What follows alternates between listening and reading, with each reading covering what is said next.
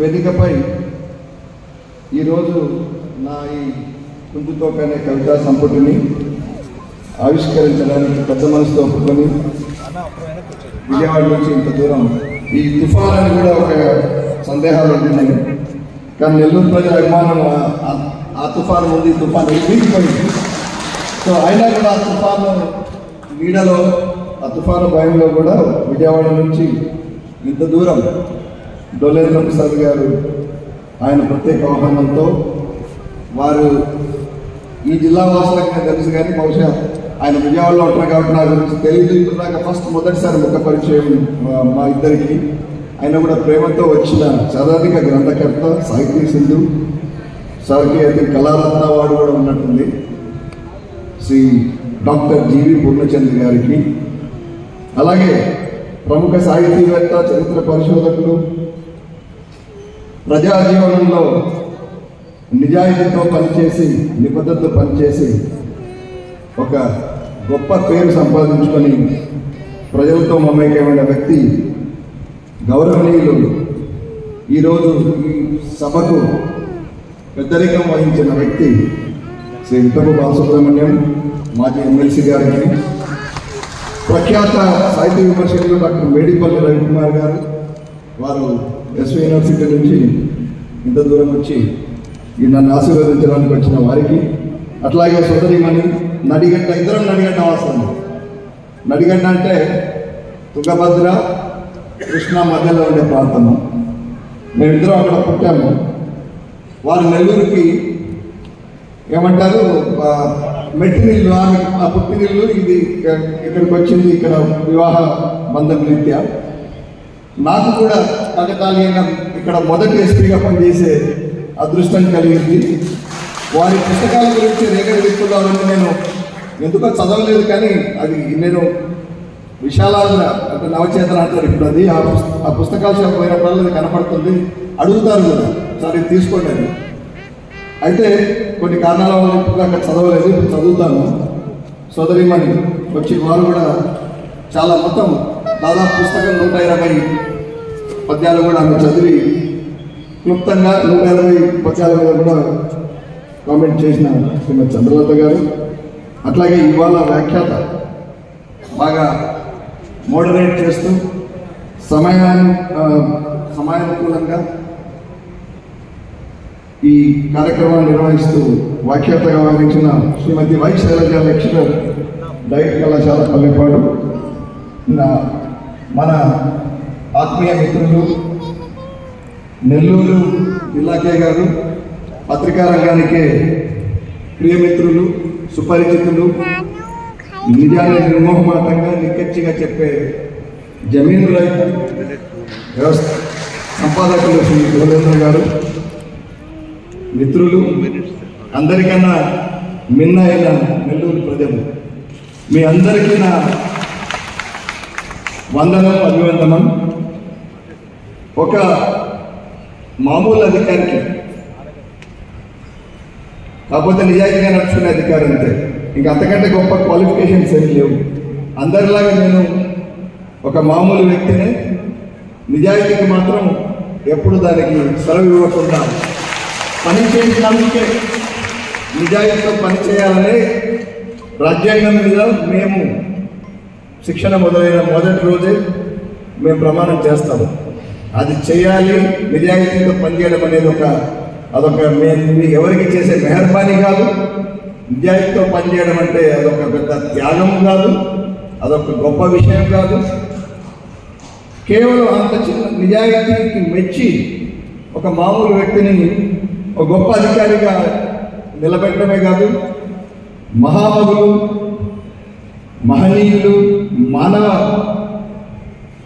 హృదయాలను దోచుకున్న ఇక్కడే నెల్లూరే కాదు, మొత్తం వారు, మీకు తెలియని విషయం ఒకళ్ళు కొంతమందికి ఉంటుంది, వారు ఇక్కడే కాదు, వారి సేవలకు మెచ్చి మణిపూర్ లాంటి ఒక కల్లోలిత ప్రాంతానికి వారి చీఫ్ సెక్రటరీగా చేసి అక్కడ అభివృద్ధిని ప్రభుత్వం, భారత ప్రభుత్వాన్ని తీసుకొచ్చిన మహనీయులు శంకరన్ గారితో నన్ను పోల్చి నిలబెట్టిన ఘోర మనుషులు, అల్ప సంతోషులు నెల్లూరు ప్రజలకు శిరస్సు వంచి నమస్కరిస్తున్నారు. అట్లాగే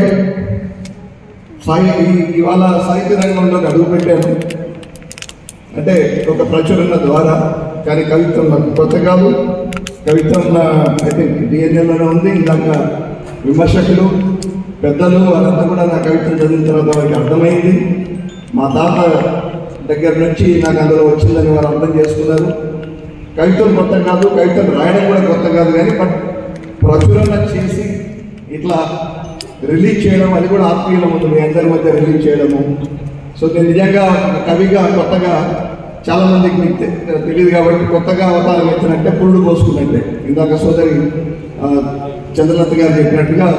సో ఈరోజు నేను ఒక బారసాలలో అంటే పురిమి బిడ్డలాగనమాట నన్ను ఆశీర్వదించి ఈ సామాన్య కవితను ఎట్లయితే నెల్లూరు ప్రజలు భోలా మనుషులో ఎట్లయితే మీరు గొప్ప సహృదయంతో చిన్న మంచితనాన్ని కూడా గుర్తించి భుజం తట్టి తర్వాత వెన్ను తట్టి ప్రోత్సహిస్తారు, అట్లాగే నా ఈ చిన్న ప్రయత్నాన్ని నా హృదయ భాషకు ఒక కావ్య గౌరవం ఇచ్చి హృదయ భాషను అర్థం చేసుకుని ఎందుకంటే ముఖ్యం. ఎందుకంటే విద్యార్థులు మనసున్న వాళ్ళు అందరూ కవులే, కవిత్వాలు రాసిన వాళ్ళే, పెద్ద పెద్ద రచనలు చేసిన గొప్ప వ్యక్తులు పూర్ణచంద్ర గారు కానీ, బాలసుబ్రహ్మణ్యం గారు కానీ, మేడిపల్లి రవికుమార్ కానీ, చంద్రలత గారు కానీ వీరు కావ్య గౌరవం ఇచ్చి నాకు ఎనలేని ప్రోత్సాహం ఇచ్చి భవిష్యత్తులో ఇంకా మంచి రచనలు నా నుంచి వచ్చేటట్లుగా ఒక స్ఫూర్తినిచ్చిన పెద్దలందరికీ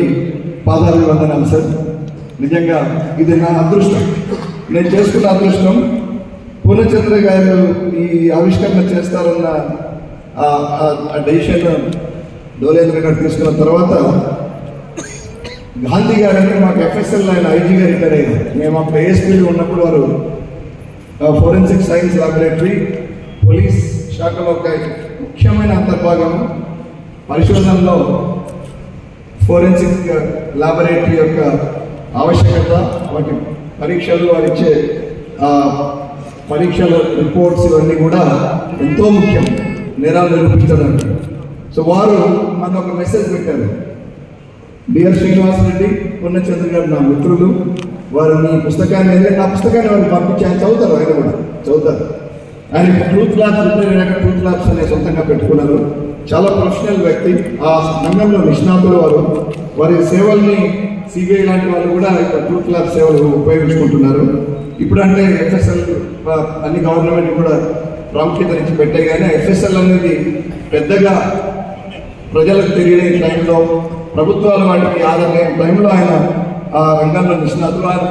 సో నీ పుస్తకాన్ని నా మిత్రుడు పూర్ణచంద్ర గారు ఆవిష్కరిస్తున్నారు తెలిసి నేను చాలా సంతోషపడ్డానంటే నేను ఒక interaction it is my good fortune sir. And ఆ గుడ్ ఫార్చ్యూన్కి అంటే ఆ అదృష్టాన్ని నోచుకోవడానికి కారణమైన డోలేంద్ర గారు, ఇంతమందిని మీరు పెద్దల్ని పిలిచారు. ఇంత ఓపికతో ఇంతసేపు వారు ఉండడం, పెద్దలంతా నా కోసం ఇంత సమయం వెచ్చించడం, మీరంతా ఉండడం కూడా నేను చేసుకున్న భాగ్యం తప్ప ఇది నాకు గొప్పతనం కాదు.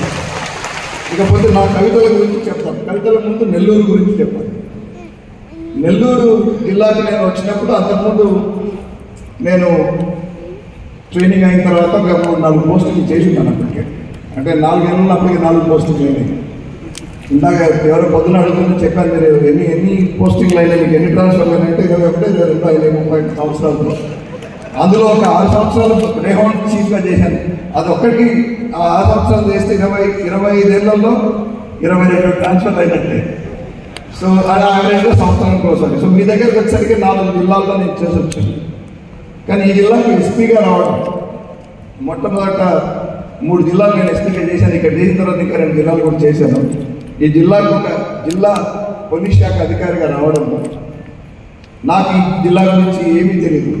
చదువుకోవడం ఇందాక సార్ చెప్పినట్టుగా రవికుమార్ గారు, డాక్టర్ మేడిపల్లి రవికుమార్ గారు సినారే పాటల్లో వారు అన్నట్టుగా నేను అప్పటికే అనుకునేవాడిని.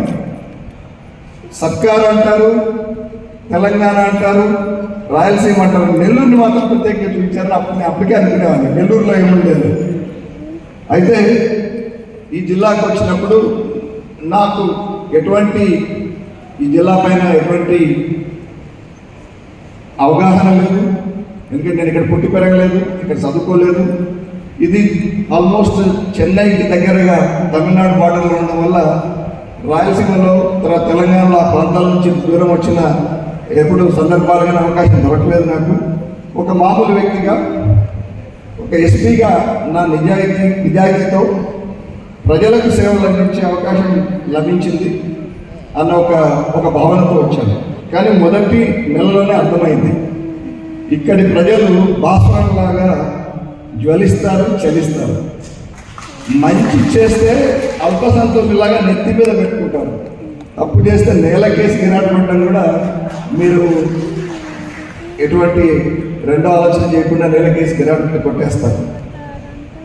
నాకు చాలా సంతోషమైంది, ఎందుకంటే కొంతమంది అధికారులు రిటైర్ కాబట్టి ఇంకా చాలా ఫ్రాంక్గా చెప్పగలను నేను, చైతన్యవంతమైన ప్రజలు ఉండే జిల్లాల్లో పనిచేసినప్పుడు వాళ్ళ నుంచి వచ్చిన కామెంట్ నేను చదివిస్తున్నప్పుడు ఏంటంటే లిటిగెంట్స్, పిటిషన్ మైండెడ్ అని ఒక పేరు పెట్టేస్తారు. అంటే వారి ధోరణిని లేకపోతే వారి నుంచి ఏదైతే సేవల్ని ఆశించిన స్థాయిలో సేవలు లేకపోతే ఇదేంటి అని ప్రశ్నిస్తే లేదా జరుగుతున్న తప్పులు ఎత్తి చూపితే పత్రికల్లో కావచ్చు, పిటిషన్స్లో కావచ్చు, ఆ జిల్లాలని పిటిషన్ మాంగర్స్, లిటిగెంట్స్, నెల్లూరు జిల్లా కూడా అదే పేరు ఉంది.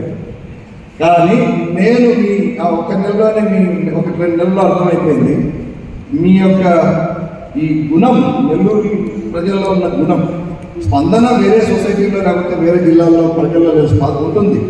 కానీ తేడాలు మీరు ఇక్కడ ఉన్నంత ఇది చాలా త్వరగా ఉంటుంది. ఇక్కడ నేనేమనుకున్నానంటే నా స్వభావానికి తగినట్టుగా ఉంది. నాకు ఇది ఒక అదృష్టం. నన్ను ఉరుకులు పరుగులు పెట్టించి పని చేయించుకుంటారు వీళ్ళు.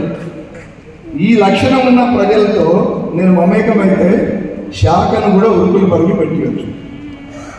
చేయని వ్యక్తుల్ని ప్రజలు ఏమనుకుంటున్నారు ఎత్తి చూపి మీ మిష చూపి మీ మీద నింద వేసి నేను పని లాగించవచ్చు.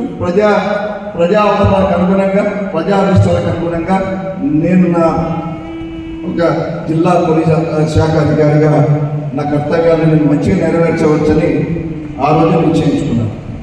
అంతకుముందు కూడా నేను చేసిన పోస్టింగ్స్లో ప్రజలతో మమేకమైన, ఇందాక నేను చెప్పినట్టుగా ఇక్కడ ఉన్న పరిస్థితుల్లో నేను మీతో పిటిషనర్స్తో కానీ తర్వాత ఊర్లలో ఎప్పుడైనా అట్లా వచ్చినప్పుడు ప్రజలతో మాట్లాడినప్పుడు కానీ, తర్వాత మేధావులు వస్తారు, పాత్రికేయులు వస్తారు, రాజకీయ నాయకులు వస్తారు, వీళ్ళందరితో కూడా మాట్లాడినప్పుడు కానీ నాకున్న ఒకే ఒక అభిలాష, నేనేం పని చేసినా నేను ఖచ్చితంగా అందరికీ చెప్పాను, చేసి చూపించాను.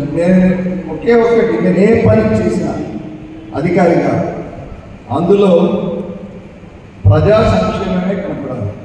పబ్లిక్ ఇంట్రెస్ట్ అంటే పబ్లిక్ ఇంట్రెస్ట్, చిన్న పని చేసినా పెద్ద పని చేసినా పబ్లిక్ ఇంట్రెస్ట్ అనేది అక్కడ ఉంటే ఆ పని చేస్తాను. పబ్లిక్ ఇంట్రెస్ట్కి కించిత్ భంగం వాటిల్లినా బ్రహ్మదేవుడు వచ్చినా నేను ఆ పని చేయను, నాకు ఎవరు చేయగలరు.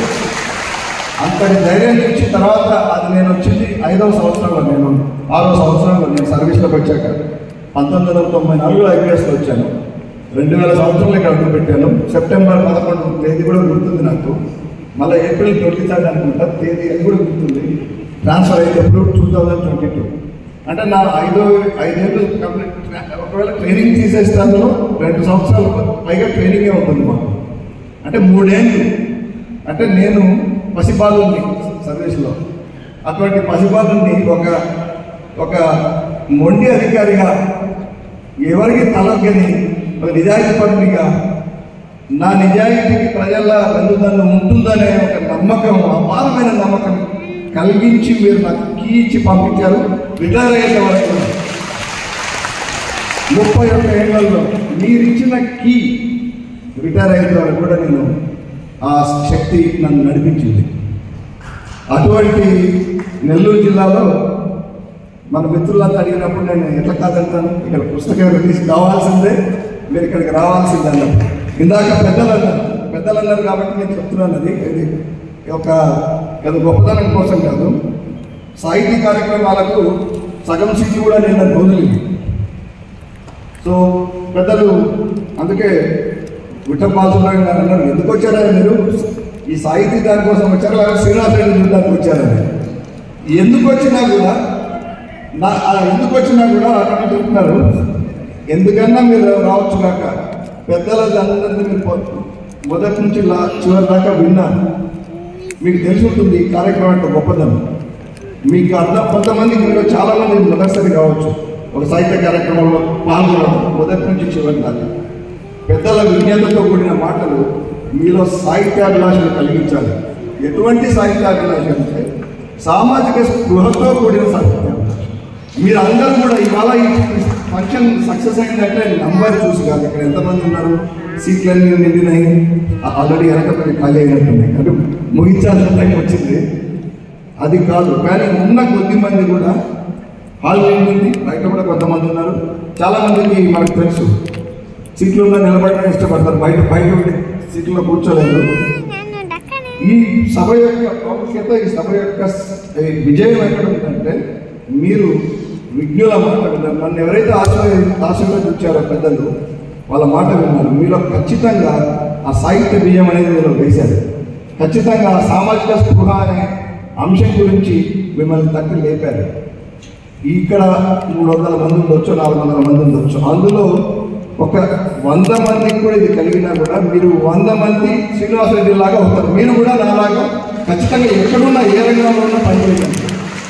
అంతే, సమాజాన్ని మార్చడానికి కత్తులు తీయాల్సిన పని లేదు, అణు విస్ఫోటనాలు జరగాల్సిన పని లేదు. ఒకరి నుంచి ఒకరికి ఒక మంచి మనిషి యొక్క మంచి మనసు ఇంకొకరికి కట్టుకొని ఆ మంచి మనసు అట్లా స్ప్రెడ్ అయిపోతే కొంతమందిని మనం ఉంటే సమాజం మార్పు కొంత స్లోగా వస్తుంది, కానీ తథ్యంగా వస్తుంది. కానీ దురదృష్టం ఏంటంటే ఇవాళ సమాజం మారదు, వీళ్ళు ఇట్లాగే ఉంటారు, రాజకీయ నాయకులు అంటే ఇదే ఉంటారు. కరప్షన్ ముఖ్యంగా మరి దాన్ని మనము ఆమోదించే స్థాయికి వెళ్ళిపోయింది. కరప్షన్ చేయడం అని పిచ్చోడ్లాగా గమనిస్తుంది. వీడు మతనే ప్రకటించుండాలి, లేదా చేతనైనా చేతకాకపోవడం వల్ల వీడు కరప్షన్ ఇట్లా భయస్తుంది. అవునా కాదు? మీరు చెప్పండి, గుణంగా చేసుకొని చెప్పండి. కరప్షన్ ఇందా కరప్షన్ అంటే చేతగాడు అంటారు ఫస్ట్, లేదా వాడు గట్టిగా నాలుగు ఎందుకంటే నేను చేతగాడని అందరు కన్నాను, ఎందుకంటే నేను నిలబడ్డాను, ఛాలెంజ్ చేస్తూ సవాళ్ళు స్వీకరించాను, యుద్ధాలు కూడా చేశాను, కాబట్టి నన్ను చేతగానే అన్నమాట అంటారు. ఈ పిచ్చోడు పోయి మొంగోడు అంటారు. అంటే మంచితనాన్ని నిజాయితీని మనం ఈ రకంగా ఇట్లా మనం ఈ కొలమానాలు పెట్టుకొని చూసి మనం కనుక అవినీతిని కనుక ఆమోదించి ఈ స్థాయికి ఆమోదించే అట్లా ఆ లెవెల్కి పోతే ఏమవుతుందంటే మన సమాజం ఎక్కువ రోజులు మన కాదు. నా కవిత్వాలన్నీ అవే ఉంటాయి. ఏంటంటే నేను సర్వీస్లో ఉన్నప్పుడు కొన్ని బాహటంగా చెప్పకూడదు. ఎందుకు అక్కడ కూడా నిజాయితీ అంటే అర్థం ఏంటంటే ముందు విధి నిర్వహణ ఖచ్చితంగా కరెక్ట్గా చేయాలి. విధి నిర్వహణ చేయకుండా నేను పెద్ద పెద్ద ఉపదేశాలు ఇస్తూ వల్లిస్తూ లేకపోతే రివల్యూషన్ మాట్లాడితే అది కాదు. కాబట్టి నేను నా విధి నిర్వహణలో భాగంగా ఆ విధి విధానాలకు లోబడి మా కండక్ట్ రూల్స్కి లోబడి నేను నాలుగు గోడల మధ్య అధికారులతో పెద్ద అధికారులు నేను చిన్నప్పుడే అంటే నేను పసిబాలుడిగా ఈ సర్వీస్లో ఉన్నప్పుడే ఉన్నప్పుడే పెద్ద వాళ్ళతో పోట్లాడాను. Principles on matters of principles, not on personal egos, not on personal agenda, on matters of principles, on matters of humanity. I fought with them, whether it is politicians, whether it's my own officers. కానీ అది బాహటంగా బయటకు చెప్పాలి. ఎందుకంటే నా service conduct rules అది ఒప్పుకో. నేను బయట మాట్లాడితే నేను సర్వీస్ రిజైన్ చేసి మాట్లాడాను. కానీ నేను మొదటి తరం ఫస్ట్ జనరేషన్ సివిల్ సర్వీస్ మా ఇంట్లో. సో నేను సర్వీస్ రిజైన్ చేసి, ఎందుకంటే ఇక్కడ ఒక చిన్న విషయం చెప్తాను సార్ మీకు. నేను నెల్లూరు ఎస్పీగా ఒక సంవత్సరం చేసిన తర్వాత కొంతమంది పిలిపించారు, వేరే ఉద్దేశాలు లేదు, మీరు ఇప్పుడు రిజైన్ చేసి మీరు ఎంపీగా నిలబడితే మీరు ఇండిపెండెంట్ ఎంపీ గెలుస్తారు చాలా కాదు. నేను ఒకటే అన్నాను, నేను ఈ సర్వీస్ చేయడానికి ఇది కూడా పబ్లిక్ సర్వీస్ చేశాను. ఇక్కడ కూడా ఆ రోజు కూడా ఆయన చెప్పాను, ఇక్కడ కూడా రాజకీయ నాయకులు లాగా ముఖ్యమంత్రులు, మంత్రులు, ఎమ్మెల్యేలు లాగా మేము ఎమ్మెల్సీ గారు ఇక్కడ ఉన్నారు, వాళ్ళకి తెలుసు, రాజ్యాంగంతో ప్రమాణం చేసి వచ్చిన వాళ్ళని. అట్లాగే పొలిటీషియన్ పెద్దలు ఉన్నారు, వారికి తెలుసాగైంది. పొలిటికల్ అడ్మినిస్ట్రేషన్ వాళ్ళు పర్మనెంట్ కాదు, 5 సంవత్సరాలు ఉంటారు. అది కూడా 5 సంవత్సరాలు ఫుల్గా గెలిస్తారు. ఆ గెలిస్తే ఆ పార్టీ అధికారంలోకి వస్తుందో తెలియదు. అధికారంలోకి వస్తే ఈయనకు మంత్రి పదవి ఇస్తారో తెలియదు, ఎప్పుడు దీంతో అయిపోతుంది కూడా 5 సంవత్సరాలు. కానీ మేము ఒక్కసారి జాయిన్ అయిన తర్వాత యావరేజ్గా 30-35 ఏళ్ళు పీరియడ్లో ఉంటాము. ప్రజాసేవకే అంకితమై ఉండాలా. కాబట్టి నేను ఎంచుకున్న మార్గం దీంట్లో నేను ఖచ్చితంగా పయనిస్తానని చెప్పాను ఆ రోజు. అన్నప్పుడు లేదు సార్ మీకున్నది బయట అంతా భయపడుతున్నారు సార్, మీకు పబ్లిక్ ఇంతమంది వస్తున్నారు భయపడుతున్నారు అంటే భయపడాల్సిన పని లేదని చెప్పండి. నేను రాజకీయాలు నేను షూట్ కాదు, 50 సంవత్సరాలు తర్వాత సొసైటీకి బహుజన అలాంటి షూట్ అవుతుంది ఎవరు చెప్పాను కొంతమందికి నెల్లూరు పెద్దలే. కానీ